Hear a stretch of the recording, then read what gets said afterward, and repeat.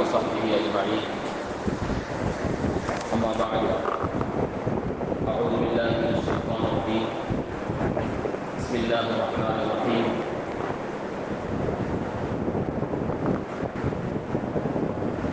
فصل لربك وانحر. صدق الله مولانا العظيم.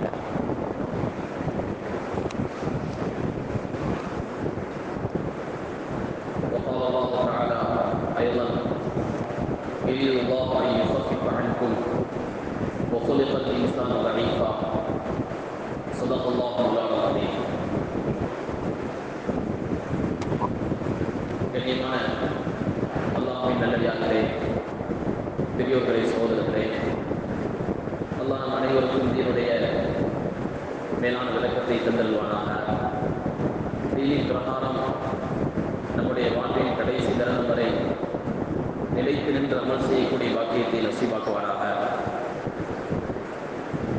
அன்பான சகோதரர்களே,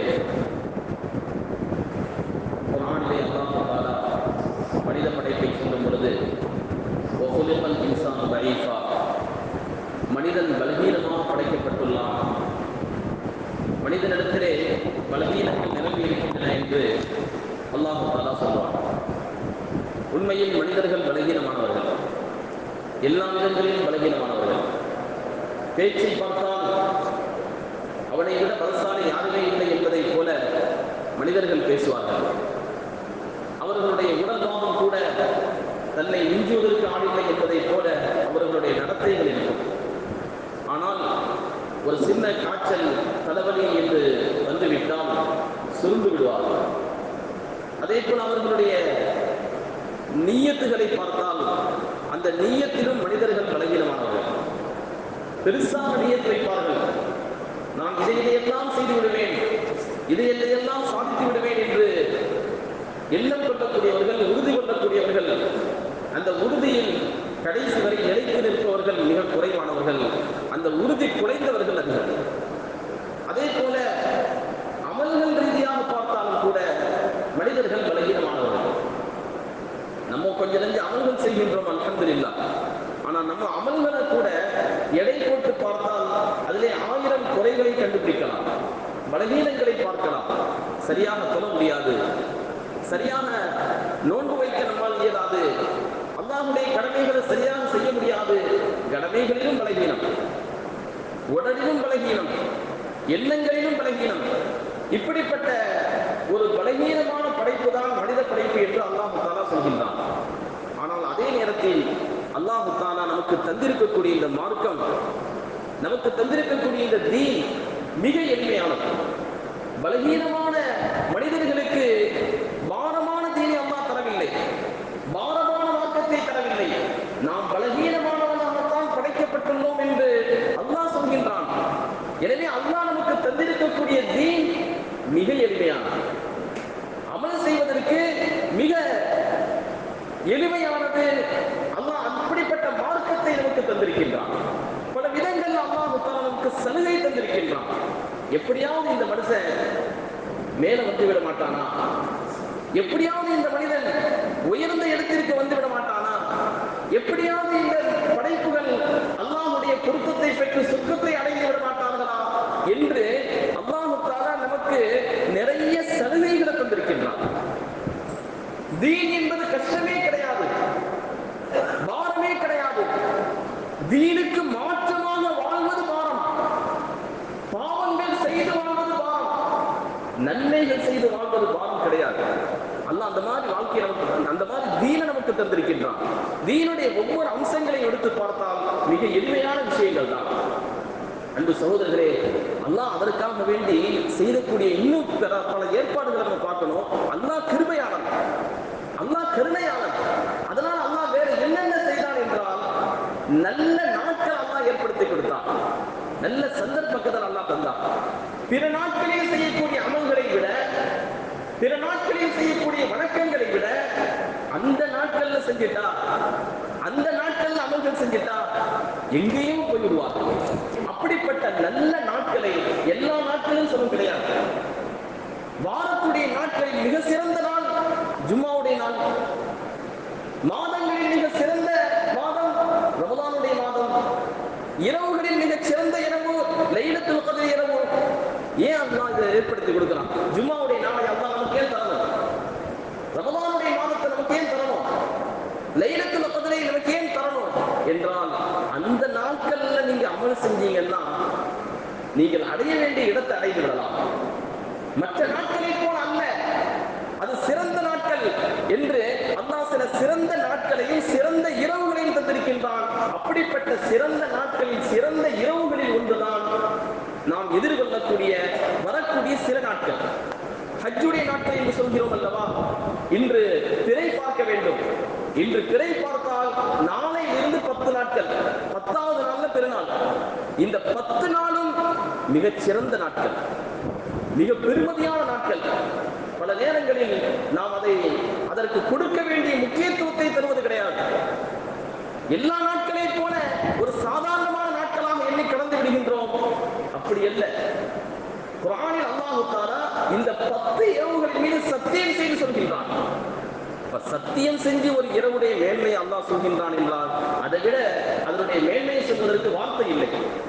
மிக சிறந்த இரவுகள், சிறந்த நாட்கள், வரக்கூடிய நாட்கள். அந்த நாட்கள்ல முதல் விஷயம், பாவங்கள் செய்யக்கூடாது. எத்தனையோ பாவங்கள் நம்ம செஞ்சிட்டு இருக்கிறோம். அந்த பாவங்களுக்கெல்லாம் முற்றிலுமாக தடை போட்டுவிட்டு அதற்கு முக்கியத்துவம் தந்து இந்த நாட்களிலேயாவது நான் பாவம் செய்யாமல் என்னுடைய வாழ்நாளை கழிப்பேன். இரண்டாவது, நிறைய தஸ்பீஹ் செய்யும்.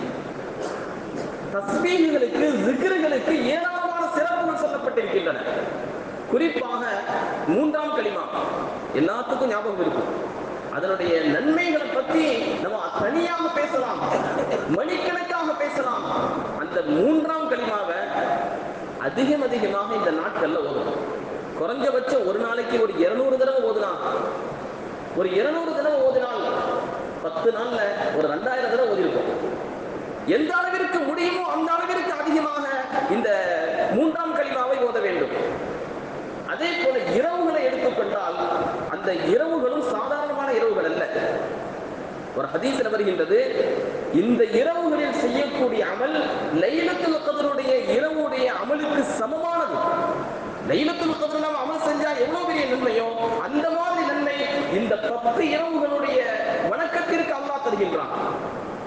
அதே போல முடிஞ்சா நோன்பு வைக்க வேண்டும். இந்த நாட்கள்ல நோன்புக்கும் நன்மைகள் சொல்லப்பட்டிருக்கின்றன. ஒரு ஹதீஸில் வருகின்றது, இந்த நாட்களில் நோன்பு வைக்கக்கூடிய ஒவ்வொரு நோன்பும் ஒரு வருஷத்துடைய நஃபிலான நோன்புக்கு சமமானது. ஒரு வருடம் ஃபுல்லா நஃபிலான நோன்பு நோட்டால் என்ன நன்மை கிடைக்குமோ அந்த நன்மை இந்த நாட்களில் ஒரு நாள் நோன்பு வைப்பதன் மூலம் கிடைக்கின்றது. ஆக இப்படி அமல்களால், தொழுகைகளால், ஸிக்ருகளால் நிரப்பக்கூடிய நாட்கள் தான் வரக்கூடிய நாட்கள். அன்பு சகோதரர்களே, நம்ம உறுதி எடுக்கணும். நன்மை செய்கின்றோமோ இல்லையோ, பாவம் செய்யக்கூடாது. கண்களால் நடக்கக்கூடிய பாவங்கள், காதுகளால் நடைபெறக்கூடிய பாவங்கள், வேற பேச்சுக்களால், சொற்களால் நடக்கக்கூடிய பாவங்கள், குறைஞ்சபட்சம் அதற்காவது நம்ம தடைகள் போட்டு இந்த நாளுடைய கண்ணியத்தை நம்ம நினைச்சு பார்க்கணும். சகோதரர்களே, பெரியவர்களே, அமல்களுக்குரிய நாட்கள் இந்த நாட்கள். அந்த அமல்கள்ல ரொம்ப முக்கியமான ஒரு அமல் இன்னும் ஒன்று இருக்கின்றது, அதுதான் குர்பானி. இந்த குர்பானி என்பதும் இது ஒரு அமல். ஆட்டை அறுக்கிறோம், மாட்டை அறுக்கிறோம் என்று அதை இறைச்சிக்காக அறுப்பதை போன்ற ஒரு பார்வை இங்க இருக்கக்கூடாது. அது வேற, இது வேற. மற்ற நாட்களிலும் இதர நாட்களிலும் நாம் இறைச்சிக்காக ஆடுகளை அறுக்கின்றோம், மாடுகளை அறுக்கின்றோம். ஆனால் இந்த நாட்களில் செய்யக்கூடிய, இந்த நாட்களில் அறுக்கக்கூடிய அது ஒரு வணக்கம். அங்கே ஒரு கட்டுப்பாடும் கிடையாது. ஆனால் குர்பானி என்று எடுத்துக்கொண்டால் மேன்மைகள் சொல்லப்பட்டிருக்கின்றன, சிறப்புகள் சொல்லப்பட்டிருக்கின்றன. ரசூல் ஸல்லல்லாஹு அலைஹி வஸல்லம் மதீனாவுல 10 வருஷம் இருந்தாங்க. அந்த 10 வருஷமும் குர்பானி கொடுத்தாங்க. ஒரு வருஷம் கூட குர்பானி கொடுக்காம இருக்கல. அதை விட மேல என்ன சொன்னாங்கன்னா, ஒருத்தருக்கு வசதி இருக்குது, வசதி இருந்தும் கூட குர்பானி கொடுக்கலன்னா நம்ம தொழக்கூடிய இடத்துக்கு அவங்க வர வேண்டாம் என்று சொன்னார்கள். அப்ப இவ்வளவு வலியுறுத்தி சொல்லப்பட்ட ஒரு சுன்னத் குர்பானியுடைய சுன்னத். குர்பானி குர்பானியுடைய இந்த அமல் ரொம்ப மேன்மையான அமல். அதை சாதாரணமாக எளிமையாக நாம் எளிதாக எடை போட்டு விட்டதால் அதற்கு தரக்கூடிய முக்கியத்துவத்தை சமுதாயம் தரவில்லை என்பதுதான் நிதர்சனம். எனவே அன்பு சகோதரர்களே, குர்பானியுடைய அமலுக்கு முக்கியத்துவம் தரணும். குர்பானியின் மூலமாக அல்லாஹ் நம்முடைய நன்மைகளை ஏற்றுக்கொண்டான், நம்மை ஏற்றுக்கொண்டான் என்றால் அதுக்கு மேல என்ன வேண்டும்? அதை செய்வதற்கு ஒரு பெரிய தொகையெல்லாம் இல்லை. ஒரு ஆடு என்று எடுத்துக்கொண்டால் ஒரு 15,000 ரூபாயில் ஆடு கிடைத்து விடுகின்றது. ஒரு 15,000 ரூபாய் செலவழிப்பதன் மூலம் அல்லாஹ் என்ன புரிந்து கொள்வான் என்றால் நம்மையே செலவழிக்க கூடாது. அந்த அளவிற்கு வசதி இல்லை. மாடுகளில் 7 பேர் கூட்டாக சேர்ந்து ஒரு மாட்டை வாங்கி அதையும் குர்பானி கொடுக்கலாம். ஒரு மாட்டுடைய பங்குன்னு எடுத்துக்கிட்டால் அதிகபட்சமாக 3,500 ரூபாய் சொல்றாங்க. அப்போ என்னிடத்தில் வசதி இருக்கின்றது, ஒரு 3,500 ரூபாய் செலவு செய்து ஒரு மாட்டிலே நானும் பங்காக சேர்ந்து அதன் மூலமாக இந்த குர்பானியுடைய அமலில் என்னால் பங்கெடுக்க முடியும் என்றால் நம்மையே அதை செய்யக்கூடாது. சகோதரர்களே, காசு பணத்தை பெருசாக பார்க்கின்றோம், அதை சிறுசாக நினைத்து அதன் மூலம் நடக்கக்கூடிய அமல பெருசாக நினைக்கணும். அதன் மூலம் கிடைக்கக்கூடிய நன்மைகளை பெருசாக நினைக்கணும். நன்மைகளை பெரிதாக நினைத்து நன்மைகளை அதிகம் அதிகம் தேடிக்கொள்ளக்கூடிய ஒரு சிறந்த நாட்கள் இவைகள். எனவே அந்த குர்பானுடைய விஷயத்துல குர்பானிங்கிறது வணக்கம். அதற்காக சில நிபந்தனைகள் சொல்லப்பட்டிருக்கின்றன. என்ன நிபந்தனைகள்? இப்ப குர்பானி எடுத்துக்கொண்டால் ஆடுகளையும் மாடுகளையும் குர்பானி கொடுக்கலாம். ஆனா ஆடாக இருந்தால் 1 வருஷம் பூர்த்தியானதா இருக்கும். சும்மா 6 மாச குட்டி, 4 மாச குட்டி, இப்படி குட்டிகளை அறுத்து விடக்கூடாது. மாடுகளாக இருந்தால் 2 வயசு பூர்த்தியா இருக்கணும். 2 வருஷம் பூர்த்தியான ஒரு மாட்டை தான் குர்பானி கொடுக்க முடியுமே தவிர கொஞ்சம் சஸ்தாவாக கிடைக்கின்றது என்பதற்காக 1 வருஷ மாடு, இன்னும் 2 வருஷம் பூர்த்தியாகாத மாடு, அவற்றை குர்பானி கொடுக்க முடியாது. அது மாதிரி மாடு என்று எடுத்துக்கொண்டால் அதுல 7 பேர் சேர்ந்து கொள்ளலாம். 7 பேர் சேர்ந்து ஒரு மாட்டை வாங்கி காசு போட்டு ஒரு மாட்டை வாங்கி குர்பானி கொடுக்கலாம். ஆடு என்று எடுத்துக்கொண்டால் அது ஒருத்தருக்கு மட்டும்தான் சொந்தமா இருக்கணும். மாட்டிலே ஷேர் செய்வதை போல ஆட்டிலும் கூட நான் கொஞ்சம் போடுறேன், நீ கொஞ்சம் போடு என்று 2 பேர் சேர்ந்து 3 பேர் சேர்ந்தெல்லாம் ஒரு ஆட்டை வாங்கி குர்பானி கொடுக்க முடியாது. சில சகோதரர்கள் அந்த மாதிரி நினைச்சு வச்சிருக்கிறாங்க, மாட்டை நம்ம 4 பேர் சேர்ந்து வாங்கிக் கொள்வதை போல ஆட்டையும் வாங்கிக் கொள்ளலாம் என்று. அதற்கு அனுமதி இல்லை. அதே போல நாம் எதை குர்பானி கொடுக்கின்றோமோ அது அல்லாஹ் காட்டி கொடுக்கிறோம், இறைச்சிக்காக வேண்டி அல்ல. அப்ப அல்லாஹ்வுக்காக வேண்டி கொடுக்கும் பொழுது குறைகள் இல்லாதது கொடுக்கணும். கொஞ்சம் விலை குறைவாக கிடைக்கின்றது என்பதற்காக சொறி பிடிச்சது அல்லது கால் உடைஞ்சது, காது கிழிஞ்சது, குறைகள் உள்ளது, இதெல்லாம் நம்ம குர்பானிக்கு கொடுத்தால் அந்த குர்பானி ஏற்றுக்கொள்ளப்படாது. குர்பானிக்காக வேண்டி கொடுக்கக்கூடிய பிராணிகள் குறைகளை விட்டு அப்பாற்பட்டதாக இருக்க வேண்டும். அது மாதிரி நிறைய கேள்விகள்ல இந்த குர்பானியுடைய விஷயத்துல வருகின்றது. அதுல ஒண்ணு, நான் எங்க வாப்பா சார்பா கொடுக்கலாமா, என்னுடைய இறந்துவிட்ட முன்னோர்கள் சார்பாக கொடுக்கலாமா என்று பலரும் கேள்வி கேட்கின்றார்கள். அன்பான சகோதரர்களே, இந்த குர்பானிங்கிறது ஒரு வணக்கம். வசதி உள்ளவர்கள் மீது அது அதிகம் வலியுறுத்தப்பட்ட ஒரு சுன்னத்து. அந்த வசதி யாருக்கு இருக்கின்றதோ அவர் தர வேண்டும். என்ன பெரிய வசதி? ஒரு 15,000 ரூபாய் அல்லது ஒரு 3,500 ரூபாய். இந்த வசதி யாருக்கெல்லாம் இருக்கின்றதோ அவர்கள் எல்லாம் குர்பானி கொடுக்கணும்.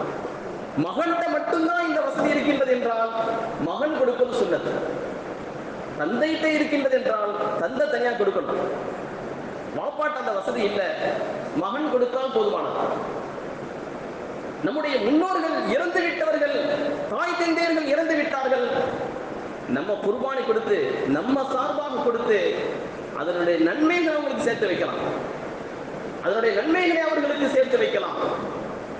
மற்றபடி அவங்க வசிய செஞ்சுட்டு போயிருந்தா என் சார்பாக நீங்க குர்பானி கொடுக்கணும் என்று அவர்கள் இறப்பதற்கு முன்னால் வசிய செய்துவிட்டு சென்றிருந்தால் அப்போ கொடுக்கலாமே தவிர மற்றபடி இறந்து விட்டவர்களின் சார்பாக கொடுக்கணுங்கிறது கட்டாயம் கிடையாது. மேலதிகமாக இவர் நன்மைகளை சேர்த்து வைக்க வேண்டும் என்ற எண்ணத்துல அவர்கள் சார்பாக ஒரு பங்கை வாங்கி கொடுத்தார் என்றால் அது அவருடைய பெருந்தன்மை, அதனுடைய நன்மைகள் அவர்களை சேர்ந்து சாரும். இப்படி குர்பானுடைய சட்டங்கள் இருக்கின்றன. தெரியாத சட்டங்களை உலமாக்களை அணுகி நம்ம தெரிந்து கொண்டு சரியாக முறையாக இந்த அமல்களை செய்வதற்கு முன் வர வேண்டும். அது மாதிரி குர்பானை கொடுக்கக்கூடியவர்கள் பேணக்கூடிய ஒரு சுன்னத் என்னவென்றால், ஹதீஸிலே வருகின்றது, யாருக்கு குர்பானை கொடுக்க வேண்டும் என்ற நியத் இருக்குமோ அவர்கள் பிறை பார்த்து விட்டால் அவர்களுடைய நகங்களையோ ரோமங்களையோ களையாமல் இருக்கட்டும். எதனால நபி அப்படி சொன்னாங்கன்னு நமக்கு தெரியல. ஆனா நபி சொன்னார்கள், அதுல ஒரு அர்த்தம் இருக்கும், அதுல ஒரு உண்மை இருக்கும். எனவே அதை பேண வேண்டிய கடமை நமக்கு இருக்குது. யாருக்கெல்லாம் அந்த குர்பானியுடைய நியத் இருக்கின்றதோ அவர்கள் பேண வேண்டும். இன்று இரவு பிறை பார்க்க வேண்டிய நாள். இன்று இரவு பிறை பார்த்தால் துல்ஹஜ் மாசம் துவங்கி விட்டது. அன்பு சகோதரர்களே, எனவே இந்த சுன்னத்தையும் பேணும். அந்த குடும்பமே பேண வேண்டுமா?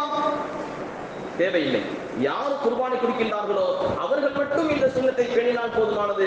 மற்றவர்களுக்கு அது கட்டாயம் கிடையாது.